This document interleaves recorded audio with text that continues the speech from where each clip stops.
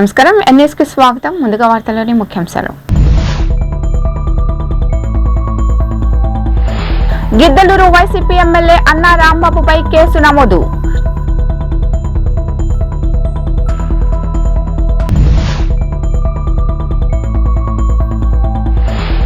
కవిత bail petition పై ఈడీకి నోటీసులు జారీ చేసిన రౌస్ అవెన్యూ కోర్టు.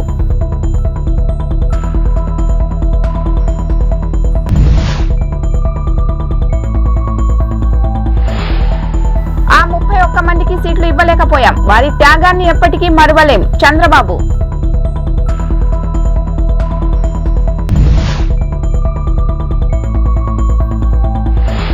ఈడీ అధికారులు అడిగిన వివరాలే మళ్లీ అడుగుతున్నారు మీడియాతో కవిత.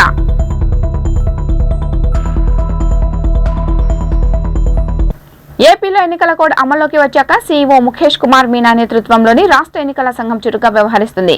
తాజాగా గిద్దలూరు వైసీపీ ఎమ్మెల్యే అన్నా రాంబాబుపై కేసు నమోదైంది.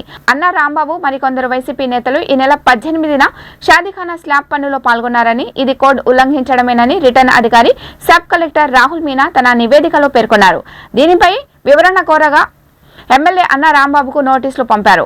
ఇటీవల ప్రొద్దుటూరు వైసీపీ ఎమ్మెల్యే రాజమల్లు శివప్రసాద్ రెడ్డిపైన కేసు నమోదైంది. అనుమతి లేకుండా ఎన్నికల ప్రచారం నిర్వహించారంటూ ఫ్లయింగ్ స్క్వాడ్ ఫిర్యాదు మేరకు రాజమల్లుపై కేసు నమోదు చేశారు.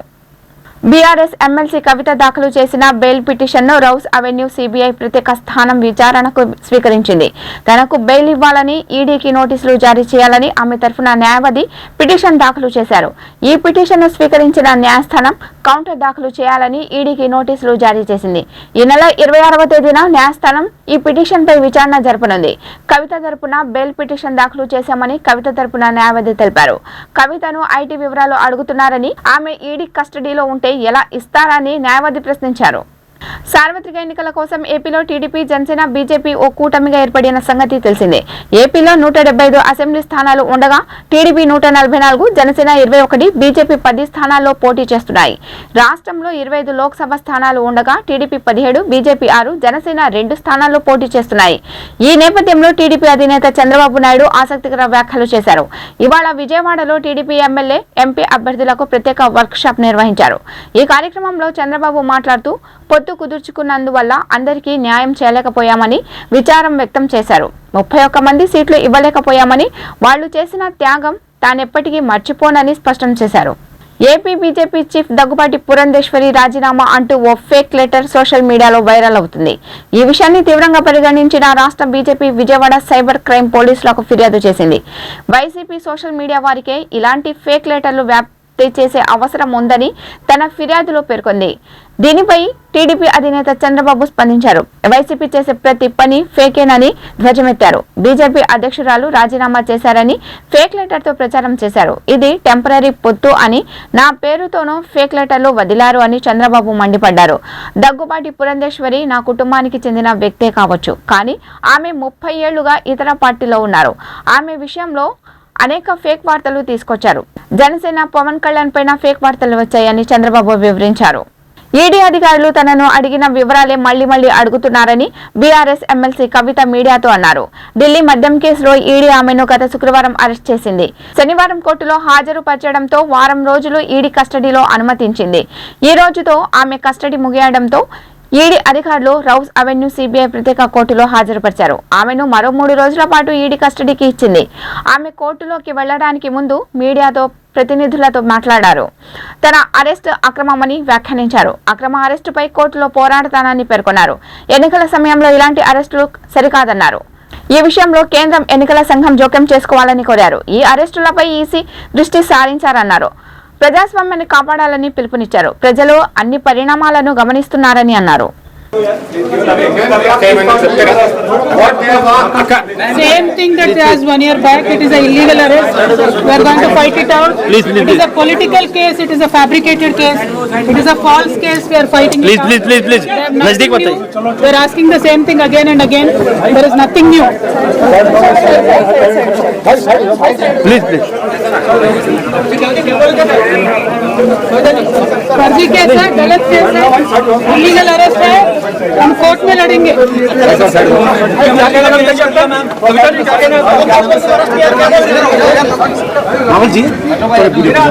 శ్రీకాకుళం జిల్లా వజ్రపు కొత్తూరు మండలం అనకాపల్లిలో ఓ ఎలుగుబంటి బీభత్సం సృష్టించింది. గ్రామ సమీపంలో 3 వ్యక్తులపై దాడి చేసింది.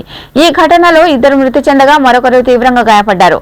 అతడిని వెంటనే సమీపంలోని ఆసుపత్రికి తరలించారు. ప్రస్తుతం అతడి ఆరోగ్యం నిలకడగానే ఉన్నట్టు తెలుస్తుంది. ఎలుగుబంటి దాడి సమాచారం అందుకున్న అటవీ శాఖ అధికారులు వెంటనే ఘటనా స్థలానికి చేరుకున్నారు. దానిని బంధించేందుకు అవసరమైన చర్యలు చేపట్టారు. ఈ ఘటనతో గ్రామస్తులు భయంతో హడలిపోతున్నారు. గ్రామం విడిచి బయటకు వచ్చేందుకు జంకుతున్నారు. ఆంధ్రప్రదేశ్కు విశాఖపట్నమే రాజధాని అని అంటూ చివరకు గంజాయికి క్యాపిటల్ గా మార్చేశారని వైసీపీ ప్రభుత్వంపై నారా భువనేశ్వరి మండిపడ్డారు. రాజధానిని చేస్తామన్న నేతలు ఇన్నాళ్లైనా ఎక్కడా ఒక్క ఇటుక కూడా వేయలేదేంట అని మనం అనుకున్నాం. కానీ విశాఖను గంజాయి క్యాపిటల్ గా ఎప్పుడో మార్చేశారని చెప్పారు. ఈ విషయం మనమే అర్థం చేసుకోలేదన్నారు. రాష్ట్రంలోని పిల్లల భవిష్యత్తును గణంగా పెడుతున్న ఈ ప్రభుత్వాన్ని ఏమనాలో ఏమనుకోవాలో తెలియట్లేదని వాపోయారు. మొన్నటిదాకా మొన్న ఒకే ఒక్క కంటైనర్లో 1000 కోట్ల విలువైన గంజాయి డ్రగ్స్ పట్టుబడ్డాయన్న వార్తలు మనమంతా చూశామని చెప్పారు.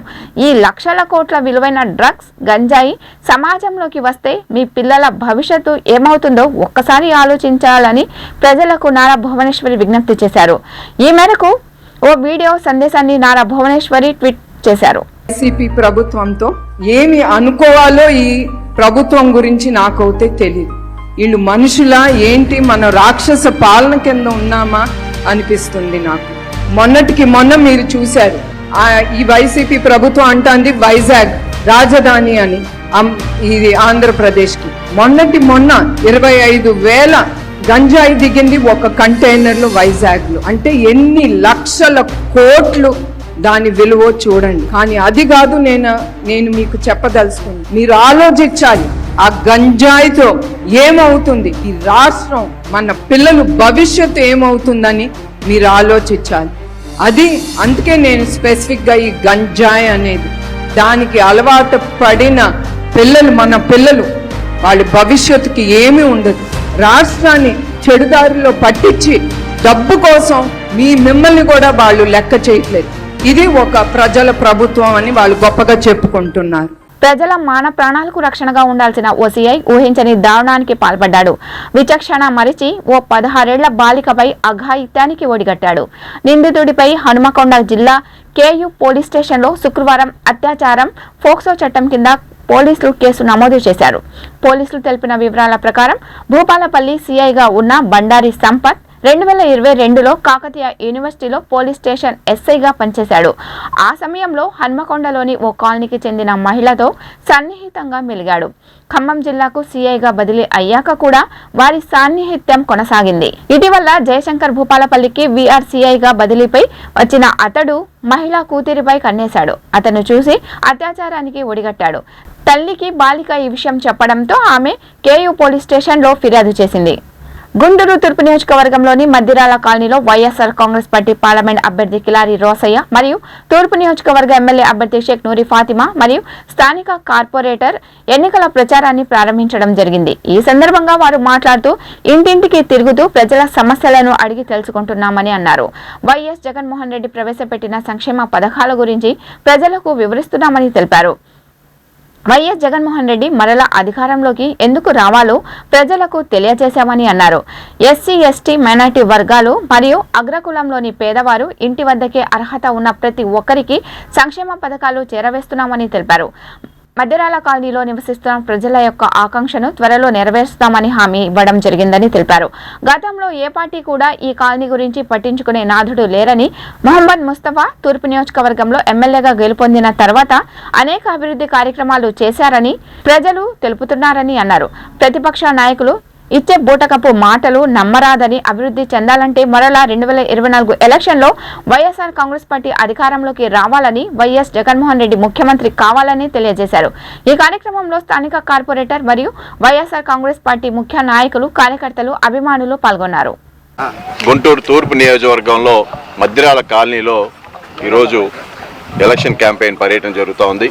గుంటూరు తూర్పు సమన్వయకర్త నూరి ఫాతిమా గారి ఆధ్వర్యంలో, అలాగే మన కార్పొరేటర్ రెహానా, అలాగే మన నూరు, అమర్నాథ్, వీళ్ళందరి ఆధ్వర్యంలో ఈరోజు మద్దిరాల కాలనీ రావడం జరిగింది.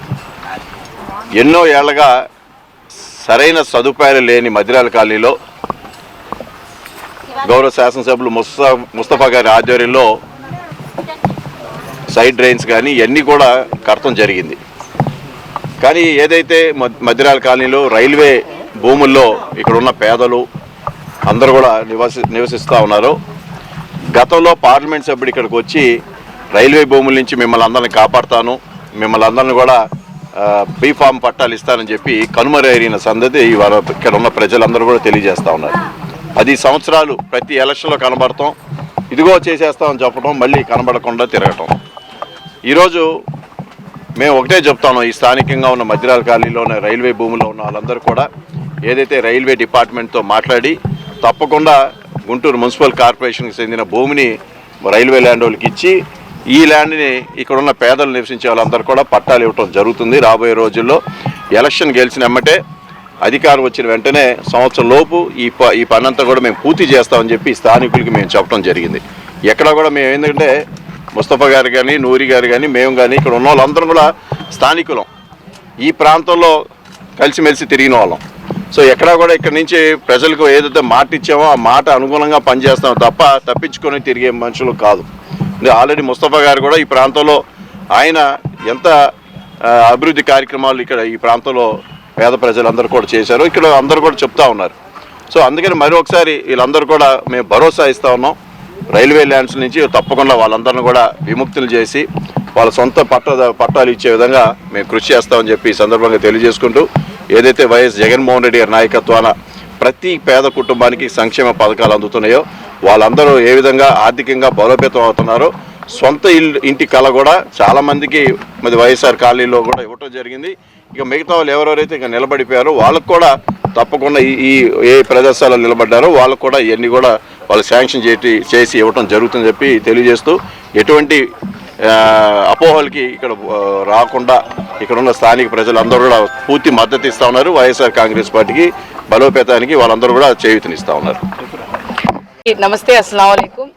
ఈరోజు 57వ వార్డులో మధిరాల కాలనీలో మరి మా ఎంపీ గారు కిలా రోసే గారు, అలాగే స్థానికంగా కార్పొరేటర్ గారు రిహానా గారు, అలాగే ముస్తఫా గారు ఆయన ఆదేశాల మేరకే మేమందరం కూడా ఏంటంటే మధిరాల కాలనీ అనేది గత 10 సంవత్సరాల నుంచి ఎమ్మెల్యే గారు ఆయన కాపాడుకుంటూ వచ్చారు. ఎవరికి ఇబ్బంది లేకుండా ఏ హామీ ఆయన 10 సంవత్సరాల కిందట చెప్పారు దాని మీద స్టాండ్ బై ఉన్నారు.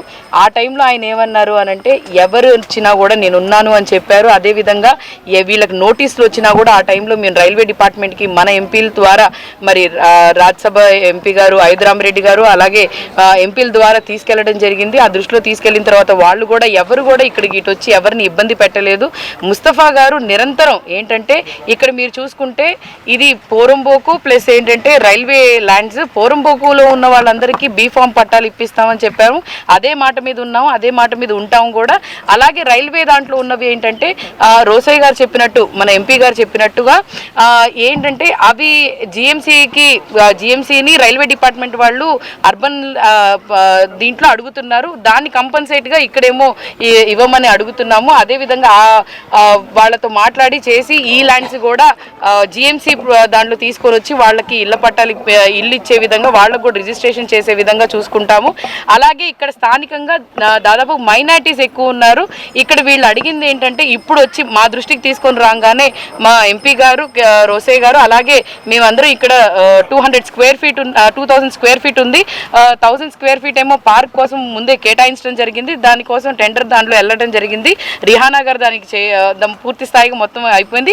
మిగతా అవి 1000 SFT ఉంది. దాంట్లో ఏంటంటే ఇక్కడ స్థానికంగా గుడి లేదు, ప్లస్ ఏంటంటే మాకు అదేవిధంగా ఇక్కడేమో అరబీ మద్రసా లేదని చెప్పారు. ఇక్కడ 300 పైన పిల్లలు ముస్లిమ్స్ కానీ అలాగే పిల్లలు అందరూ చదువుకుంటున్నారని చెప్పడం జరిగింది.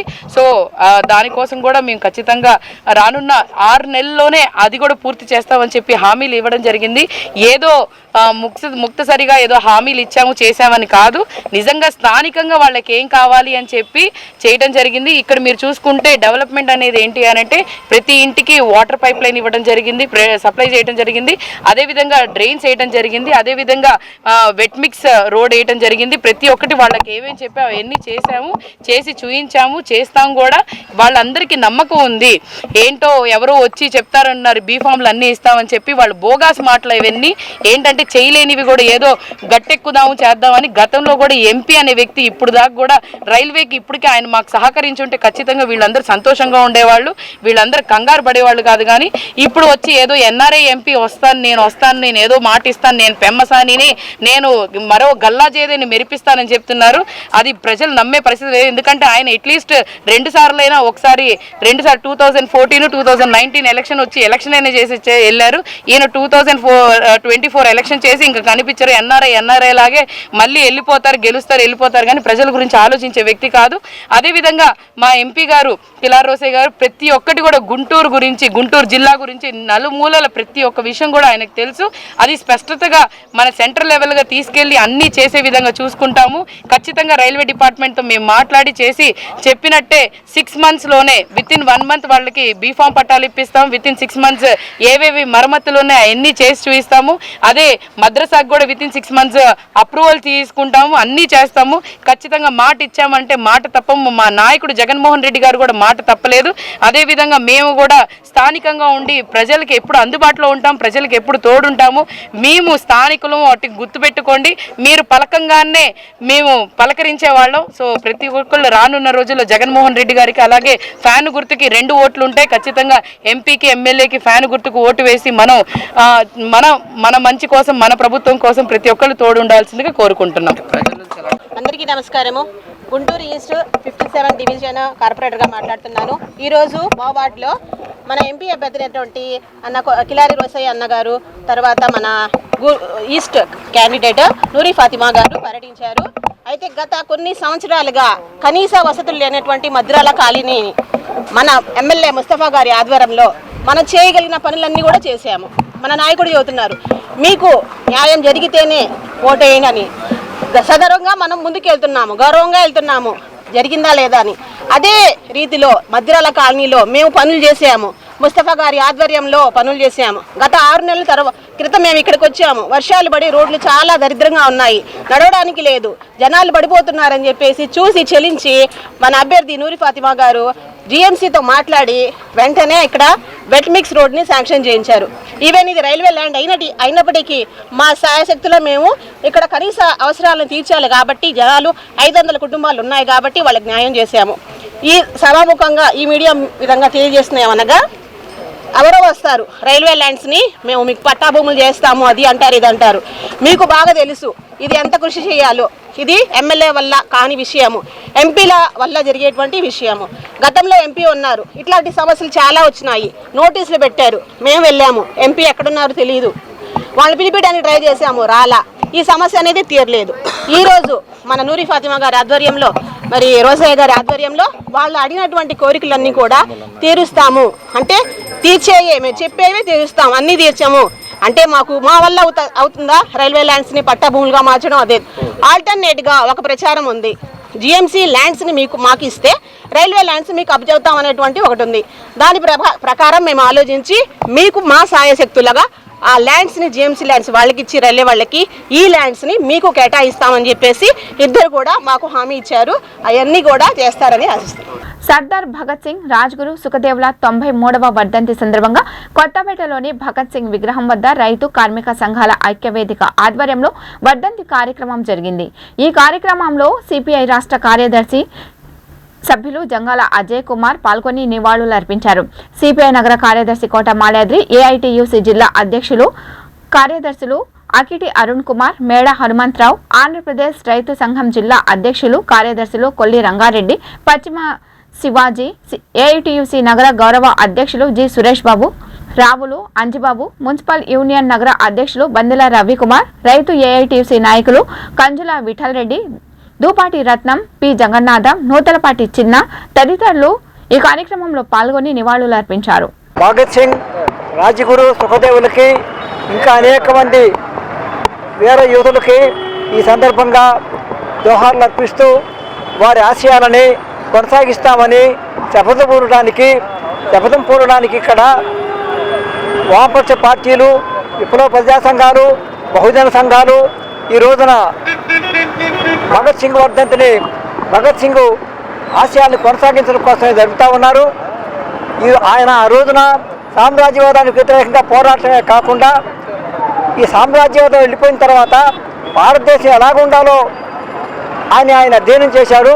అందుకోసం ఆయన మార్క్సిజాన్ని అధ్యయనం చేశాడు, లెనినిజాన్ని అధ్యయనం చేశాడు. తద్వారా ఈ దేశంలో శ్రామిక రాజ్యాన్ని, ప్రజారాజ్యాన్ని ఏర్పాటు చేయడానికి కలలు కన్నాడు.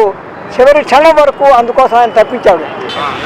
అమరజీవి సర్దార్ భగత్ సింగ్ 93వ వర్ధంతి సందర్భంగా ఈ రోజున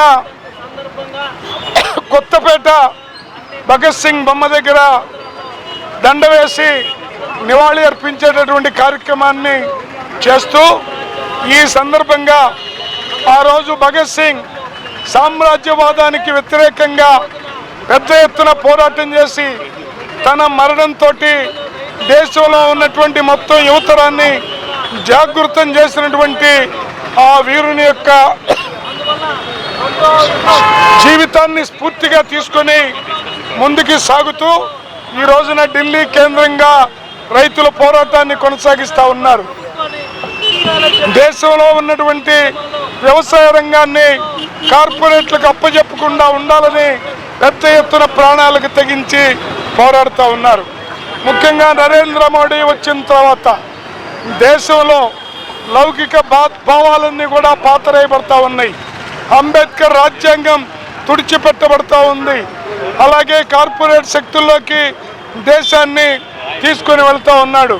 ఈ స్థితిలో నరేంద్ర మోడీని గెత్తి దింపడమే లక్ష్యంగా అందరూ పూనుకోవాలని చెప్పి భగత్ సింగ్ వర్ధంతి సందర్భంగా పిలుపునిస్తా ఉన్నాం. ఈరోజు భగత్ సింగ్, సుఖదేవ్, రాజగురుల వర్ధంతి సందర్భంగా దేశవ్యాప్తంగా ఎస్కేఎం అంటే రైతు సంఘాలు, కార్మిక సంఘాలు, ప్రజా సంఘాలు అన్ని మండల జిల్లా కేంద్రాల్లో వర్ధంతి సభలు జరపాలని చెప్పేసి పిలుపివ్వడం జరిగింది. ఆ రోజు సామ్రాజ్యవాదానికి వ్యతిరేకంగా యువకిషోర్లు ప్రాణత్యాగం చేస్తే ఈ రోజున నరేంద్ర మోడీ అదే పద్ధతిలో కొనసాగిస్తున్న కార్పొరేట్ కంపెనీలు అనుకూలంగా ఉన్న దానికి వ్యతిరేకంగా ఢిల్లీ రైతాంగ ఉద్యమంలో 750 మంది మరణించడం జరిగింది. మరలా రెండో యుద్ధం మొదలయ్యి ఢిల్లీలో జరుగుతూ ఉంది. భవిష్యత్తులో భగత్ సింగ్ ఆదర్శవంతంగా రైతులు, కార్మికులు, ప్రజా సంఘాలు, ప్రజలందరూ కూడా రోడ్డు మీద వచ్చి నరేంద్ర మోడీని గద్దె దించాలని చెప్పి ఈ రోజు ప్రతిజ్ఞ పూర్తని చెప్పేసి తెలియజేస్తున్నాం. దేశభక్త ప్రజాతంత్ర ఉద్యమం పీడీఎం గుంటూరు జిల్లా కమిటీ ఆధ్వర్యంలో భగత్ సింగ్ 93వ సంస్మరణ సందర్భంగా ఆయన విగ్రహానికి పూలమాలలు వేసి ఘన నివాళులు అర్పించారు.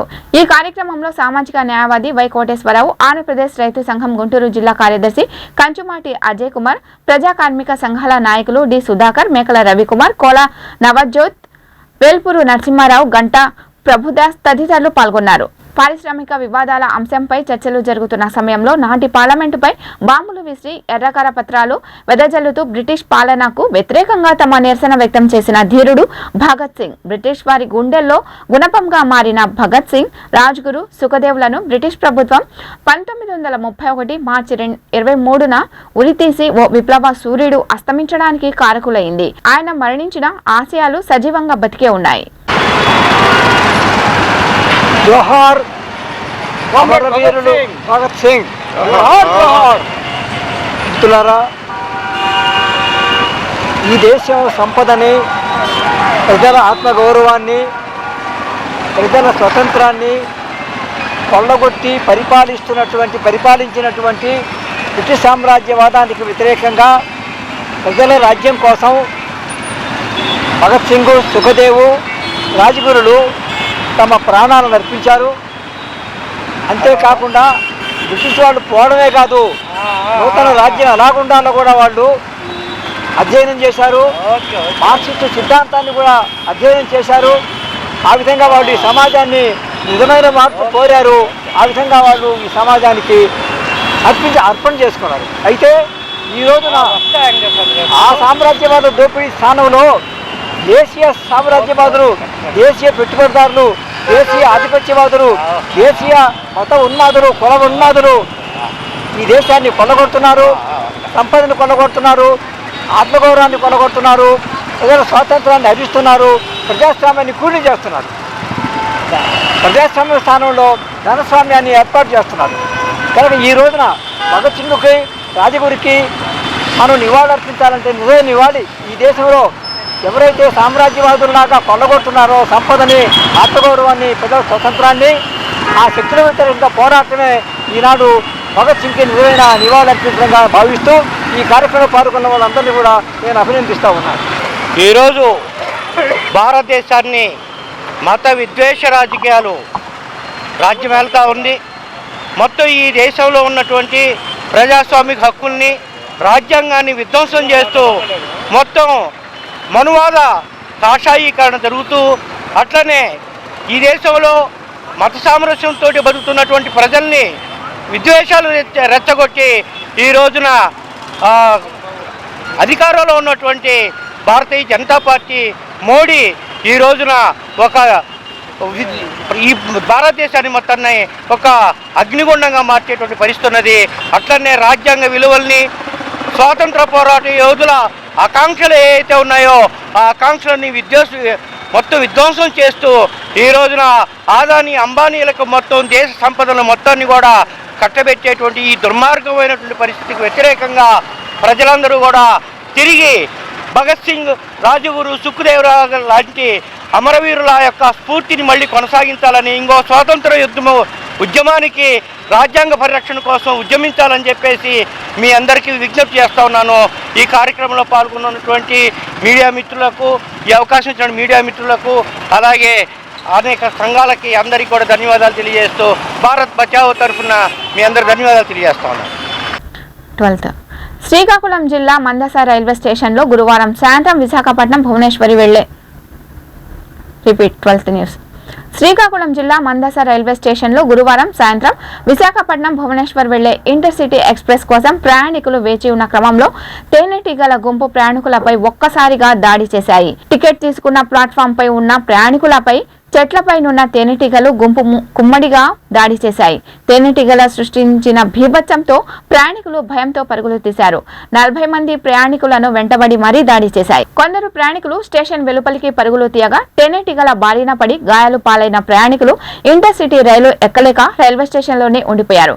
గాయపడిన బాధితులను స్థానిక హరిపురం ప్రభుత్వాసుపత్రికి తరలించి చికిత్స చేయించారు. సార్వత్రిక ఎన్నికలు 2024 నేపథ్యంలో Anantapuram range DIG Shri RN Ammireddy, IPS జిల్లా ఎస్పీ కృష్ణకాంత్ పటేల్ ఐపీఎస్ వారి ఆధ్వర్యంలో Tirupati sub division Alipiri police station పరిధిలో అమెరికన్ బార్ నుంచి ఫ్లాగ్ మార్చ్ ప్రారంభమై సత్యనారాయణపురం, రాఘవేంద్ర నగర్ మీదుగా Rajiv Gandhi colony, Jeevakona, Kranthinagar, Ambedkar circle, Satyanarayanapuram, ZP high school ప్రాంతాల పరిధిలో ఉన్న సమస్యాత్మక పోలింగ్ కేంద్రాల పరిధిలో ఓటర్లకు ధైర్యం కలిగించడానికి, ఓటర్లను చైతన్యవంతులు చేయడానికి శుక్రవారం నాడు కేంద్ర సాయుధ బలగాలతో కవాగ్ను నిర్వహించారు. ఈ సందర్భంగా డీఐజీ మాట్లాడుతూ ప్రశాంత వాతావరణంలో సార్వత్రిక ఎన్నికలు నిర్వహించడమే లక్ష్యంగా ప్రజల్లో ఉన్న భయాందోళనను పోగొట్టి రాజ్యాంగం ద్వారా సంక్రమించిన ఓటు హక్కును స్వేచ్ఛగా వినియోగించుకునేలా ప్రశాంత వాతావరణం కల్పించడమే పోలీసుల ధ్యేయమని చెప్పారు.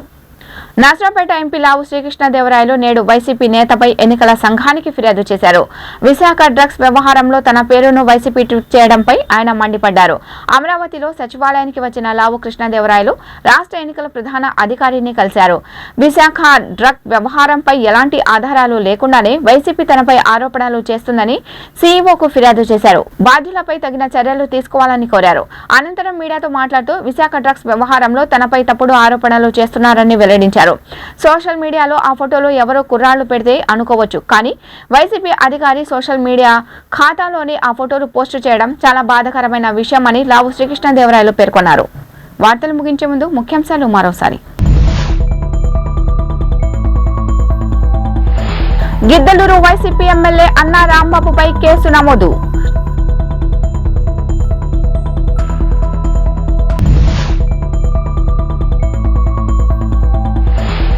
కవిత బెయిల్ పిటిషన్ పై ఈడీకి నోటీసులు జారీ చేసిన రౌస్ అవెన్యూ కోర్టు.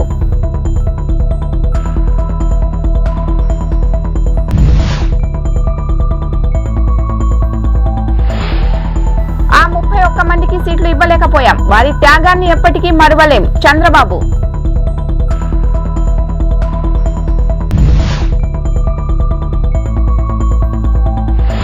ఈడీ అధికారులు అడిగిన వివరాలే మళ్లీ అడుగుతున్నారు. మీడియాతో కవిత.